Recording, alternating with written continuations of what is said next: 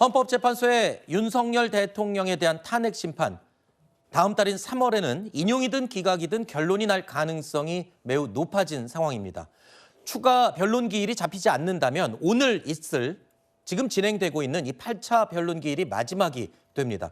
다음 주에 이제 최종 변론이 나오고 3월 초에 모든 결론이 나오는 수순이 될 것으로 예상이 됩니다. 과거의 탄핵 심판 사례를 보면 노무현 전 대통령은 7번, 박근혜 전 대통령은 17차례 변론 기일이 진행됐는데 윤 대통령은 8번만 진행이 되고 마무리가 된다면 이 부분도 혹시 논란이 되지 않느냐 이런 이야기도 나옵니다. 자, 윤 대통령 측은 오늘 한덕수 국무총리와 홍장원 전 국정원 1차장을 다시 증인으로 신청하겠다는 입장인데 헌법재판소가 받아들일지는 의문입니다. 자, 탄핵 심판이 이렇게 막바지에 다다르면서 윤 대통령 측뿐만 아니라 여당, 여권에서는 헌법재판소를 둘러싼 공정성 논란을 계속 불지피고 있습니다. 현직 검사장까지 나서서 검찰 내부방에 이런 글을 올렸습니다. 일제치하 일본인 재판관보다 못하다. 즉 안중근 의사에게도 끝까지 긴 시간을 할애해서 이 말을 다 들어줬는데 대한민국은 절차법 분야에서만큼은 우주 최강인데 왜 일제시대 판사보다도 충분한 이야기를 들어주지 않느냐 이런 식의 비판을 한 겁니다. 자, 이영림 춘천지검장의 이야기였는데요. 헌재 공정성 논란을 지적한 겁니다. 자, 그러자 윤 대통령도 이 해당 발언에 대해서 깊이 경청해야 할 지적이라며 여론전에 나섰습니다. 대통령께서 하고 싶은 얘기 지금 100분의 1도 지금 못하고 있습니다. 시간을 쪼개서 겨우 하고 있는 상황이고요. 어떻게 이 중요한 사안에서 딱 시간을 정해서 요때까지만 신문을 해라. 이영림 검사장의 글에도 나옵니다. 전 세계의 최강이 아니라 우주 최강일 정도로 법원 재판이 충분히 방어의 기회를 주는데 정작 헌법재판소가 너무나 그런 부분을 재판관 위주로 졸속으로 진행하고 있다는 점에 대해서는 좀 엄중한 지적이 있어야 될 것 같습니다. 예. 자, 윤 대통령 측 그리고 국민의힘 넓게는 여권 전체에서 헌법재판소의 공정성의 시비를 끝까지 지금 밀어붙이고 있는 분위기입니다. 지금 윤석열 대통령과 관련한 헌법재판소 진행 과정을 보면 과거에 있었던 노무현, 박근혜 전 대통령의 탄핵 재판과는 완전히 다른 점을 확인할 수 있습니다.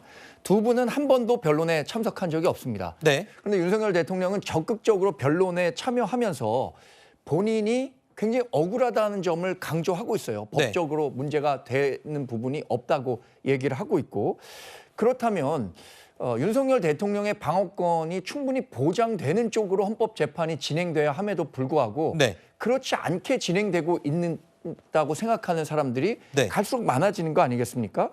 한덕수 국무총리에 대한 증인 신청 이거 국무회의의 절차적 정당성과 관련해서 굉장히 중요한 증언이 될 수도 있기 때문에 꼭 필요하다고 생각해서 요청하고 있는 거고요.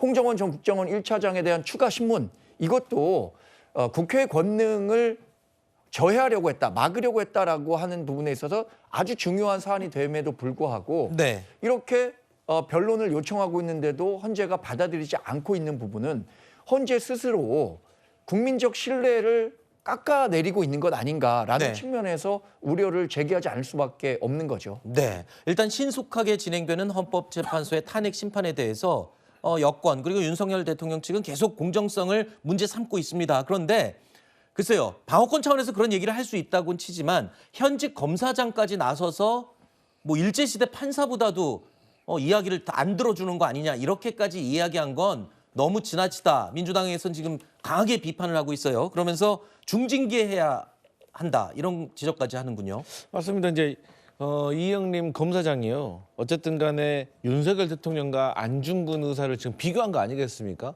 안중근 의사야 그야말로 대한민국을 위해서 의로운 일을 하다가 그렇게 재판을 받으신 거고 윤석열 대통령은 저희 민주당이 보기에는 전혀 대한민국을 위해서 의로운 일을 하다가 재판을 받는 경우가 아니기 때문에 이 비교의 대상 자체가 아닌 거죠. 잘못하면 안중근 의사 명예훼손죄로 저는 고소당할 수도 있다고 생각합니다.